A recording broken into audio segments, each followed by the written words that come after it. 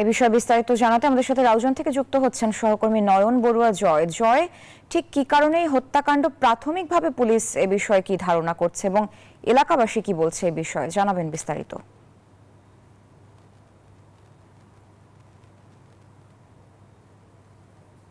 আপনাকে জাহাঙ্গীর নামে যে ব্যবসায়ীকে খুন করা হয়েছে, জুমার নামাজের মসজিদে যখন যাচ্ছে সেখানেই কিন্তু যাওয়ার পথে কিন্তু তাকে একেবারে মসজিদের সামনে তাকে গুলি করে হত্যা করা হয়েছে। তার মরদেহ আমরা দেখছি এই বেসরকারি যে হাসপাতাল, এই হাসপাতালে তার মরদেহ পড়ে আছে। এখানে স্থানীয় লোকজন তারা ছুটে এসেছেন, তারা বলছেন যে এই হত্যাকারী যে হোক তাকে তাদেরকে কিন্তু আইনের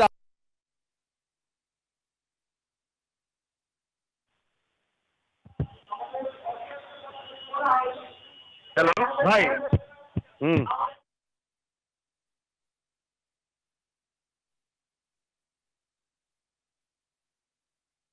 দাবি তারা জানাচ্ছেন। আমরা একটু দেখাতে চাচ্ছি, দেখতে পাচ্ছেন যে বেসরকারি হাসপাতালে তাকে দ্রুত সময়ের মধ্যে তাকে এখানে নিয়ে আসা হয়েছিল। তবে নিয়ে আসার পরে কিন্তু আমরা দেখছি তাকে চিকিৎসক মৃত ঘোষণা করেছে। আরও কয়েকজন আহত হয়েছে বলে আমরা জানতে পেরেছি। তো একটু এখানে স্বজনরা আছে।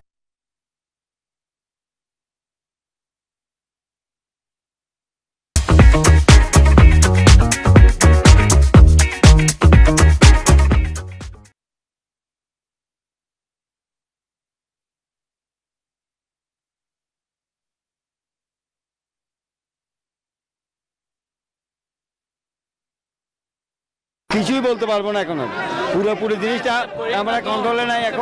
এখন আমাদেরকে ডিস্টার্ব করবে না, আমরা কিছুই বলতে পারবো না। আমরা এখানে আরো কয়েকজন আছেন, তাদের সাথে একটু কথা বলবো যারা এসেছেন। তো তাদের সাথে একটু জানতে চাচ্ছি, আপনার সাথে একটু জানতে চাচ্ছি যে এই হত্যাকাণ্ড কেন বলে আপনারা মনে করছেন?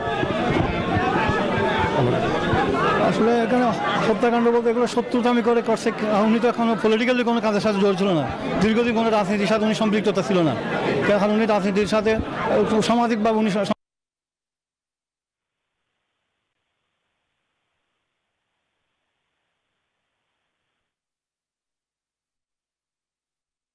কিন্তু ওনার সাথে রাজনৈতিকভাবে কোনো কর্মকাণ্ডের সাথে উনি দীর্ঘদিন জড়িত ছিল না। ওনার জীবন দশায় আজ পর্যন্ত সে কোনো রাজনীতির সাথে কোনো সময় সম্পৃক্ততা ছিল না।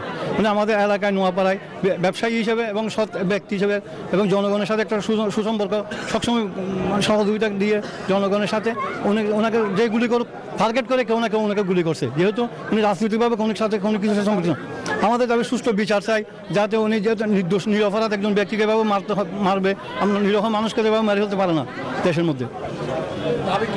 আমরা এদের ফাঁসি চাই, ফাঁসি চাই এদের। আমাদের সুষ্ঠু বিচার চাই, এদের যারা জড়িত সকলকে আইনের আওতায় আনা হোক। এই ছিল আমার এখানকার সর্বশেষ। ফিরে যাচ্ছি স্টুডিওতে সারার কাছে। আপনাকে ধন্যবাদ। দর্শক, যুক্ত ছিলেন সহকর্মী নয়ন বড়ুয়া। জয়।